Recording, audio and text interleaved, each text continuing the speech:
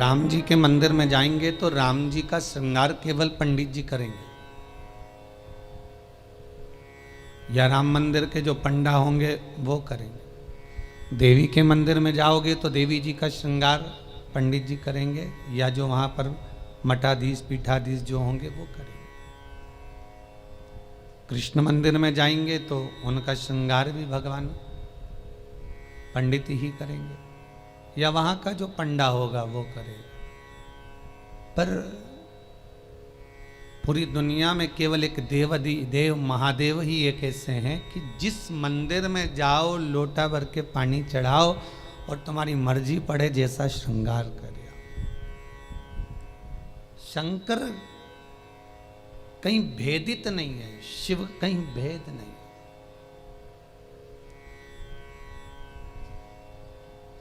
और बड़ी एकाग्रता, बड़ा चिंतन, बड़ा मनन शिव का हो।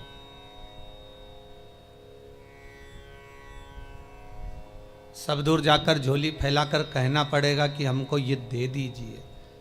शंकर के पास जाकर झोली फैलाकर कहना नहीं पड़ेगा कि हमको दे दीजिए। केवल अगर आप शंकर के चरणारविंद तक पहुँचे हो या शिव महापुराण तक कभी भूल से भी आप पहुँच गए हो तो ये आप आने वाले नहीं हो, आपकी सामर्थ्यता नहीं है कि आप शंकर के करीब पहुँच जाएं, शिव महापुराण तक पहुँच जाएं। ये तो स्वयं शंकर को कोई करुणा करना होगी, शंकर को कोई दया करना होगी, कुछ कृपा करना होगा। इसलिए बाबा ने आपको बुला लिया, बाबा ने आपको दर्शन दे दिया। वो शिव कर से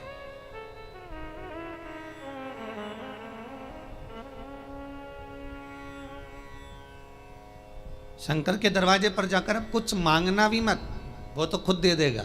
बस जाकर बोल देना कि बाबा ऐसी बात है।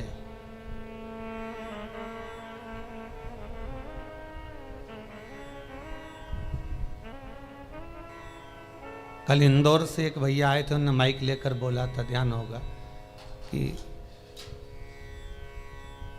उन्होंने माइक लेकर उसको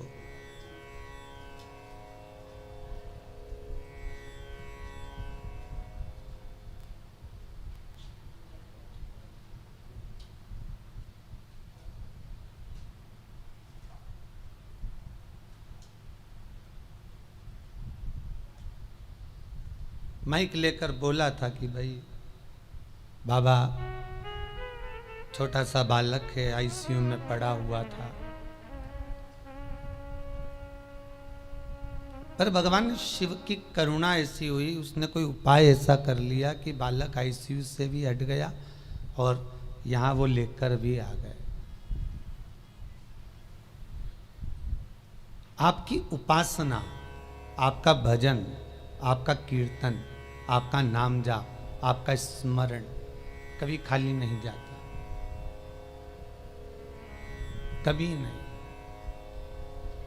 वो भक्ति के एक पन्ने पर लिखा हुआ है।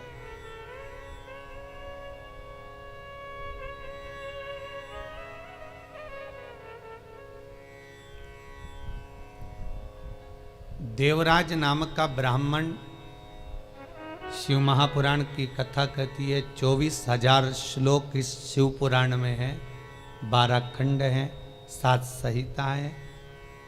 उसमें देवराज का जो चरित्र है, जो देवराज पहले तो सत्कर्मी था, भजनावली था, भगवान की भक्ति में डूबा हुआ था, भगवान का स्मरण में डूबा हुआ था, भगवत नाम में डूबा हुआ था।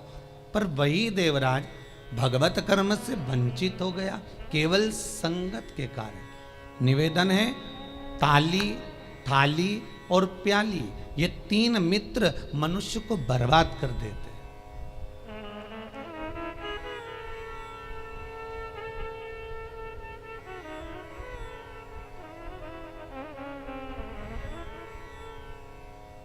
एक प्रशंसा करने वालों से दूर रहना, बहुत जल्दी बर्बाद करेंगे ये महाराज।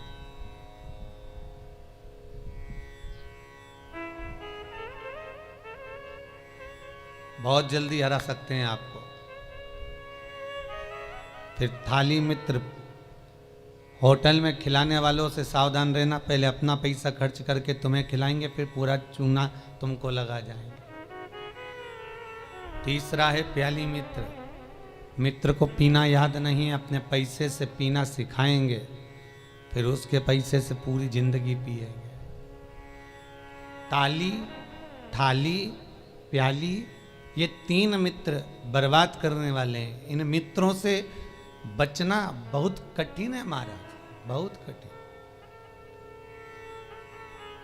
और अभी जो समय चल रहा है, कलयुग का जो प्रथम चरण चल रहा है, इसमें अगर कोई अच्छा बताने वाला होगा ना, रोकने वाला होगा ना, सतमार्ग बताने वाला होगा, कोई आपको गलत मार्ग से हटाने वाला होगा, तो वो बुरा लगता है। और जो आपको खड्डे में ले जाकर पटक दे, चूना लगा दे, लाखों करोड़ों में नीचे उतार दे, व्यापार व्यवसाय में कहीं ना कहीं ले जाकर गलत काम में तुमको फंसा दे, वो तुम्हें बहुत अच्छा लगेगा। ये कलयुग का जो फेर है, कलयुग का जो क्रम है, वो ये निश्चित कर देता है कि आपको सतमार्गी ठीक नहीं लगेगा।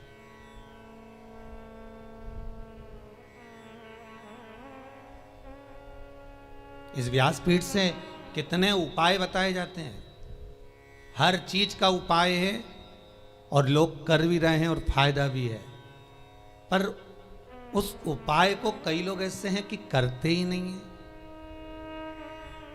फिर किसी ज्योतिषाचार्य के पास पहुंचे, फिर किसी कहीं जाकर पूछ लिया, कहीं बाबा जोगी आ रहे होंगे उनके पास पहुंच गए, किसी का सिर घूम रहा होगा, माँ गेहूँ दाना लेके पहुंच गए, कहीं नारियल लेके पहुंच गए, फिर उनसे जाकर पूछेंगे, बताओ माता जी, बताओ पिताजी, हमको ये हो गया, हमको वो हो गया, और माता जी पिताजी बस तुमसे धन लूट सकते हैं।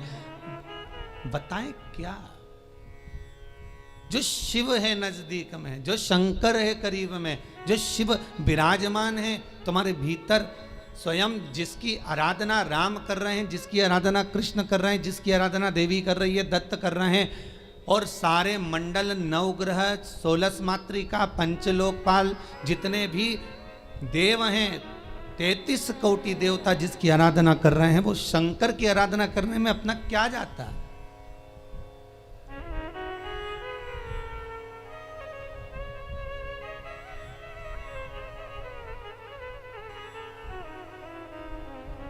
स्वयं भगवान कृष्ण को जब पूतना दूध पिलाने के लिए आई और विष पिलाने के लिए पूतना आ गई, तब भगवान कृष्ण दूध तो पी लिए, पर जब विष पीने का समय आया तो भगवान कृष्ण उसी समय पर शंकर भगवान को याद करते हैं। भोलेनाथ जी आओ। शंकर भगवान ने पूछा क्यों कृष्ण? कन्हैया जी कहते हैं दूध तो मैं पी सकता हूं, पर विष पीना मेरी सामर्थ्यता नहीं है, इसलिए आप मेरे गले में आकर बैठ जाओ। भगवान शंकर भगवान कृष्ण के गले में आकर बैठ गए और सारा विष पूतना का पी गए। स्तनों का जो विष था जब शंकर भगवान पिए तो शंकर भगवान को भी चक्कर आ गए। चक्कर आकर नीचे की ओर भगवान गिरे। तब भगवान कृष्ण को लगा करूं क्या? भगवान ने एड़ी का प्रहार करा और मानसी गंगा को प्रकट करा। गंगा का जल शंकर भगवान पर चढ़ाया, तब जाकर भगवान शिव के चक्कर मिटे। इसलिए आज भी उस मंदिर का नाम चकलेश्वर महादेव है।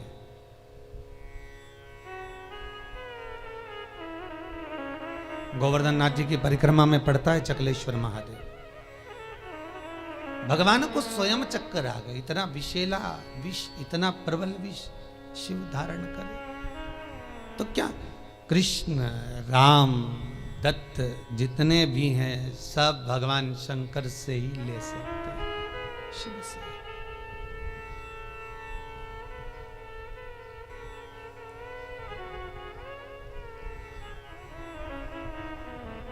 और कभी खजाना कम ना होता उसके दरवाजे का, वो लुटाता रहता है। अंबारियों में लुटाया उसने।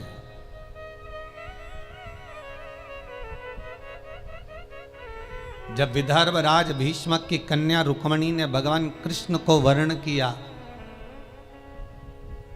तब भगवान कृष्ण स्वयं ब्राह्मण से कहते हैं कि रुक्मणी जी से जाकर कह दो कि तू जगदम्बा के मंदिर पर पहुंच जा, मैं तुझे लेने के लिए पहुंच जाऊंगा।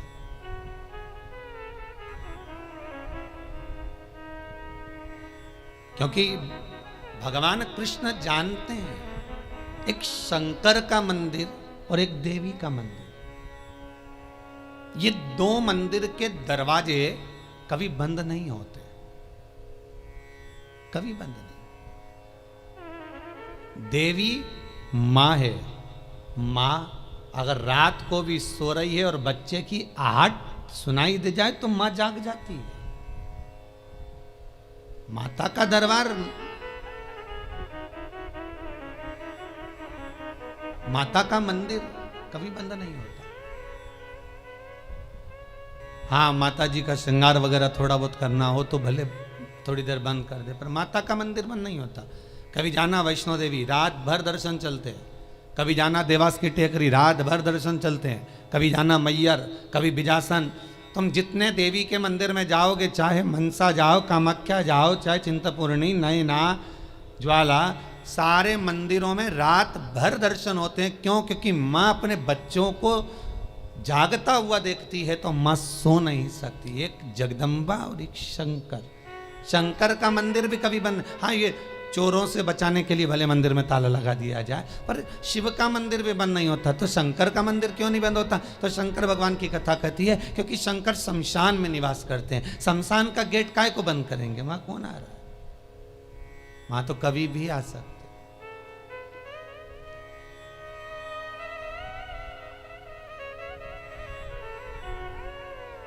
शिव भस्मीधारी, शिव त्रिपुंडधारी, त्रिकालदर्शी, उसका भी दरवाजा बंद नहीं होता। कोई शंकर से पूछे कि तुम कितनी बजे सोते हो? भगवान शंकर से कोई पूछ ले या माता रानी जगदम्बा भवानी से कोई पूछ ले तुम सोते कब हो? चलो वो भी जाने दो, तुम घर की माँ से पूछ लेना, माँ तो कितनी बजे सोती है? जरा सी बच्चे की आहट आई जग जाए। भले बच्चा छोटा है तब की भी बात जान दो। बच्चा अगर बड़ा भी हो गया ना, कॉलेज भी पढ़ रहा है, हो बच्ची नौकरी वोकरी भी करने की तैयारी कर रहा हो या नौकरी कर भी रहा हो ना, तो भी माता का हृदय माता का होता है। अगर बच्चे की जरा सी रात्रि को पढ़ने बैठा हुआ है, बैठा भले बड़ा बच्चा है और रात को अगर पढ़ाई कर रहा है, कितनी बजे बेटा पढ़ने बैठा और कितनी बजे तक पढ़ा, माता को बेटे को बताने की जरूरत नहीं होती। बेटा बताए ना माँ को तो भी माँ जान जाती है कि रात को तू 4 बजे तक पढ़ रहा था, ले मैं चाय बना कर ला देती। ये माता की आहट है, ये माता की वात्सल्यता है, ये माता की करुणा है।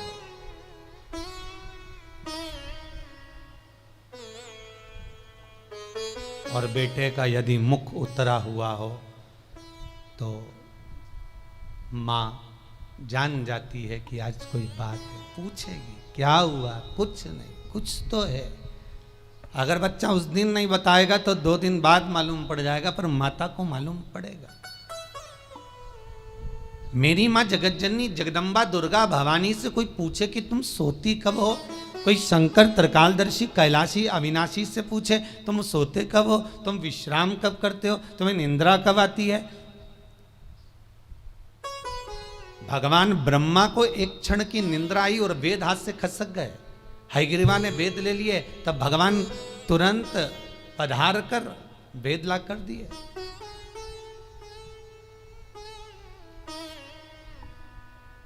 भगवान विष्णु 4 महीने के लिए सोते हैं।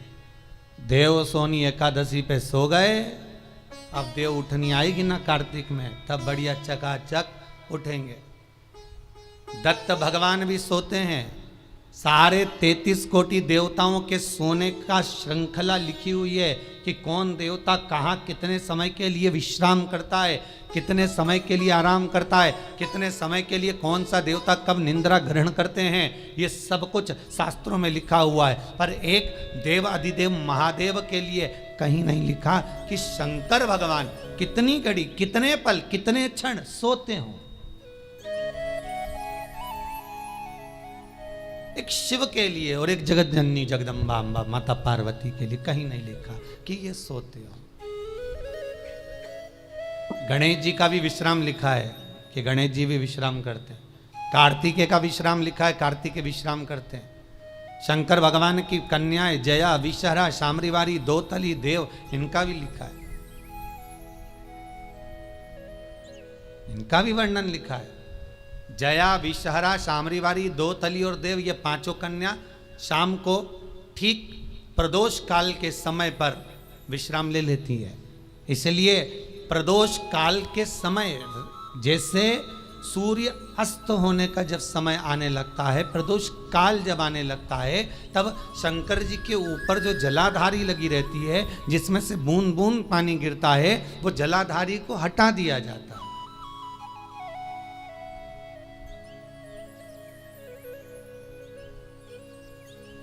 पर भारत की भूमि पर 4 मंदिर ऐसे हैं जहां पर जलाधारी नहीं हटती,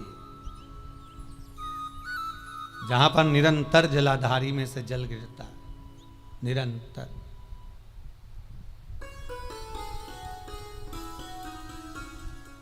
प्रदोष काल के समय जया, विषहरा, शामरीबारी, दोतली जो शंकर भगवान की कन्या है, ये भी विश्राम कर लेती है। अशोक सुंदरी, शिव की पुत्री, ये भी विश्राम कर लेती। पर अगर विश्राम नहीं करते तो शिव, किसी ने पूछा सारी दुनिया आराम करती है, आप विश्राम करते हो, क्या मतलब है ये? शंकर भगवान कहते हैं मेरे कंठ पर भरा है विष, दिन भर लेता हूं राम का नाम, दोनों को मिला दो तो हो गया विश्राम। शिव विश्राम भी कर रहे हैं तो वो वाला विश्राम नहीं कि कहीं पलंग पर, कहीं सैया पर, कहीं जाकर सो गए, आराम कर लिया, या तकिया लगाकर सो गए। भगवान राम का दर्शन करोगे तो सोते हुए दर्शन मिल जाएगा, कृष्ण का करोगे तो सो रहे हैं रुक्मणी जी चरण दबारी, श्री जी बाबा का करोगे तो ठाकुर जी सो रहे हैं, श्रीमद वल्लभाचार्य जी चादर उड़ा रहे हैं, सारे देवताओं का दर्शन करोगे आपको तो मिल जाएगा। पर शंकर का सोता हुआ फोटो कहीं मिल जाए आपको कि वो विश्राम कर रहे हैं और कोई उनके चरण दबा रहा हो या कोई उनका चरण डोला रहा हो, तो वो बहुत कठिन।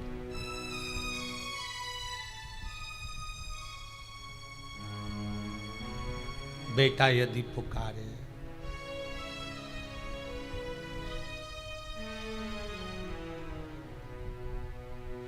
एक वो पहले एक भजन चलता था, वो बेटा जो पुकारे माँ को आना चाहिए, ऐसा कुछ था उसमें। बेटा जो बुलाए माँ को आना चाहिए।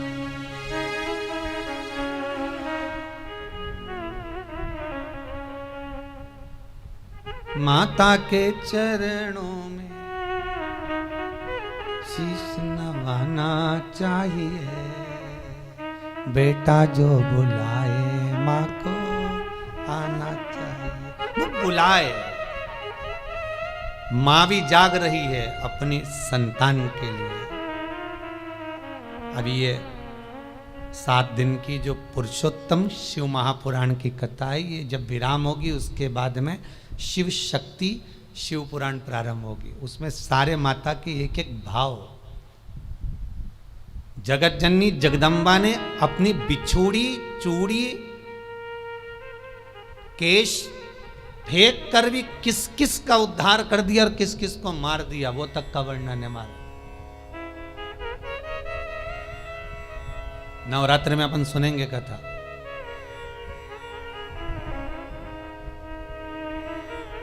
विश्रामता नहीं है भगवान। एक बार शंकर भगवान माता पार्वती को लेकर पहुंच गए सुंदर आनंद में, अमर गुफा में।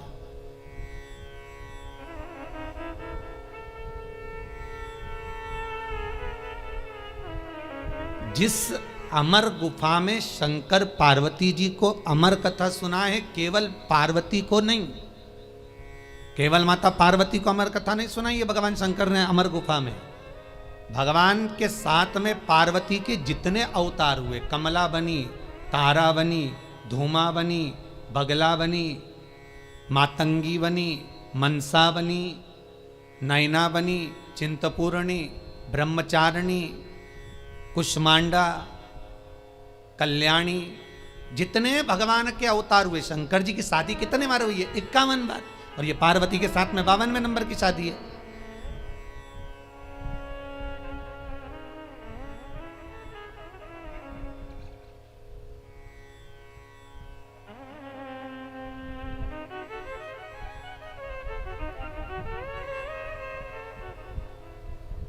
कई बार ये भगवान की शादियों के पीछे भी झगड़ा होने लगता है, भाई लोग उसमें भी झगड़ लेते। एक गांव में एक पंडित जी कथा करने आए, उन्होंने सुंदर महाभारत सुना दी, सुनाई तो उसमें सब अच्छा अच्छा सुना दिया, द्रौपदी का चरित्र भी कह दिया, 5 पति थे, ऐसा था वैसा था। इतने में पंडित जी जाने लगे कि आज महाभारत समापन हो गई, चलो सब दूर से दक्षिणा इकट्ठी कर लाऊं, जजमान के घर जाऊं। पटेल साहब क्या गए, पटेल साहब राम राम। पटेल साहब बोले सीताराम जी। आओ पंडित जी बैठो। अब पंडित जी तो बैठ गए, खटिया लगा दी, पटलन गोबर से लीप रही थी, पटेल साहब बैठे थे, हुक्का धुन रहे थे। हुक्का धुनते धुनते बोले, पंडित जी तुमने कई कथा सुनाई महाराज, हमारा मन चोखा कर दिया, हमारा मन चोखा कर दिया, पर जय कथा तुम पहले सुना देते ना, तुम्हारी जिंदगी संवर जाती। तो पंडित जी ने हाथ जोड़ के कहा, पटेल साहब ऐसा क्या कथा में से ले लिया तुमने? अरे पंडित जी, जैसे वो युधिष्ठिर, अर्जुन, नकुल, सहदेव, भीम सब जुआ खेल रहे थे, ने हार गए, उनके पास हारने का कुछ नहीं था, तो उन्होंने अपनी पत्नी के लगा दिया। मैं भी एक बार हार रहा था, मेरे को क्या मालूम था, ने पटलन के लगा दिया था।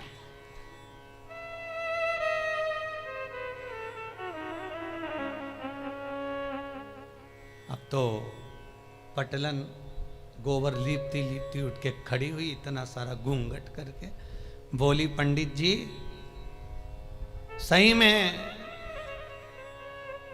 इतनी चोखी कथा सुनाई तुमने पंडित जी, जिसका वर्णन नहीं है, पर यही कथा तुम पहले कह देते नहीं, तुम्हारी जिंदगी संवर जाती। द्रौपदी के 5 पति जैसी मैं भी करके लिया थी। अब तो पंडित जी ने तो झोला बिस्तर सब बंद करके जाने लगे, दक्षिणा जाए चूल्हा, अपन तो चलो, यह तो दंगा महाभारत चालू हो गया। तो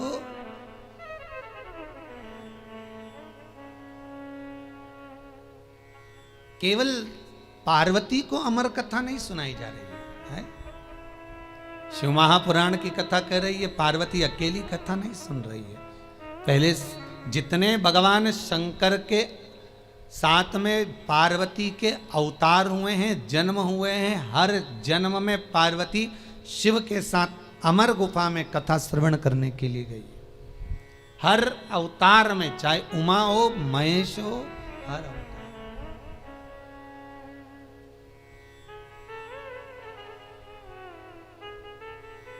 और निवेदन करूं आपसे, जितने लोग ऑनलाइन कथा को श्रवण कर रहे हैं, यूट्यूब फेसबुक पर सुन रहे हैं, उन सभी को निवेदन करूंगा, आप पुरुषोत्तम शिव महापुराण का 4th भाग श्रवण कर रहे हो। ये 4th भाग का पहला दिन है। आप अगर पूरी कथा को श्रवण कर रहे हैं, सावन से सुन रहे हैं, भादो से सुन रहे हैं, जितने भी समय से आप कथा सुन रहे हो, वो आपकी मर्जी है। पर शिव महापुराण की कथा कहती है कि जैसे पार्वती बार बार जन्म ली है और जन्म लेकर अमर गुफा में कथा श्रवण करने के लिए गई है, शिव महापुराण की कथा कहती है जो एक बार एकाग्र चित्त मन से शंकर की कथा को सुनता है, ये इसका एक जन्म नहीं, ना जाने कितने जन्म का पुण्य इसका प्रबल होता है, तब जाकर ये शंकर की कथा को श्रवण कर पाता, तब ये शिव का अनुमोदन कर पाता। कितने जन्म, 84 लाख योनियों में 20 लाख योनि तो ये पेड़ पौधे की है। कभी गुलाब का पौधा, कभी गेंदा का फूल, कभी गोभी का पौधा, कभी कद्दू का, कभी लौकी का, कभी भिंडी का, कभी दूबा, कभी घास, कभी खाकरा, कभी आम, कभी आंवला। इसका भी क्रम समझ लेना। छोटे से छोटे नल्ली के पास में बने हुए कीट से लेकर आंवले का वृक्ष, बड़ का वृक्ष, पीपल का वृक्ष, जब तक पहुंचते हैं समझ लो कई योनियां तो हमने काट चुके हैं। ये आंवले का पौधा देखो, कहीं तुलसी का पौधा देखो, कहीं बड़ का पौधा देखो, तो समझ लेना इनकी 20 लाख योनियों में से कम 18 लाख योनि ये काट लिए, तब जाकर ये पीपल और बड़ और आंवला बने।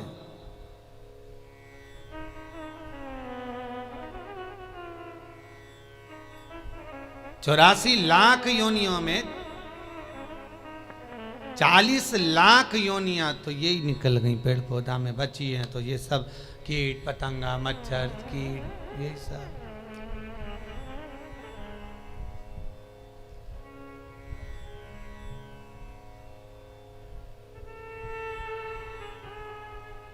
अब एक ये कोरोना महामारी हो गई, ये 84 लाख योनि में नहीं है, ये कहीं अलग से ही आ गई। ये जो जीव जंतु है,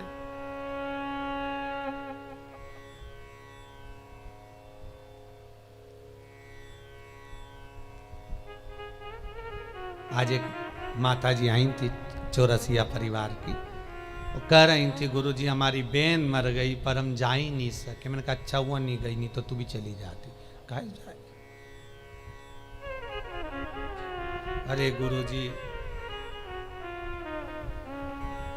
ऐसी बीमारी आई कि रिश्तेदार उन मर रहे पर जा नहीं सक रहे। हमने कहा बिल्कुल मत जाना, नहीं तो ऊपर मीटिंग करते हुए मिलोगे, बिल्कुल ना जाइए। इतनी बुरी बीमारी, बेटा बाप को ना देख पा रहा है, बाप बेटे को ना देख पा रहा है, भाई बंधु को ना देख पा रहा है, कुटुंब कबीले को ना देख पा रहा। और तो और जब मर गया तो 13वें का भोजन खाने बामन भी नहीं आ रहा है। कितना विचित्र है।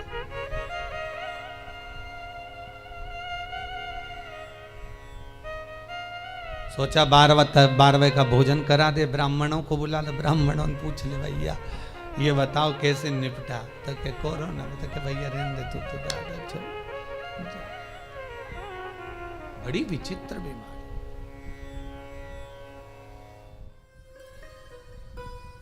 और मान लो बहुत ज्यादा दुख है, बहुत ज्यादा तकलीफ है, बहुत कष्ट है, तो फिर विष्णु पुराण का एक उपाय जरूर कर देखना।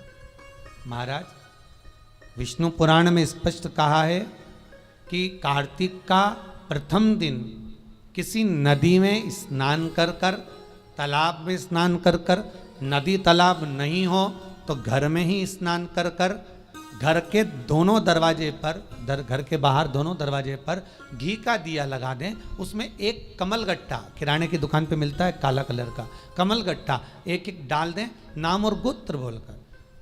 और शाम के समय पर एक दिया घर की देहली पर प्रतिदिन कार्तिक के महीने में लगा दें। महाराज विष्णु पुराण का उपाय।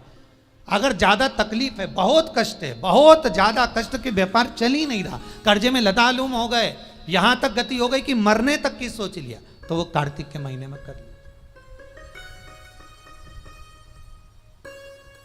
उसका प्रयोग अवश्य करें, सुख समृद्धि के, लक्ष्मी वैभव के।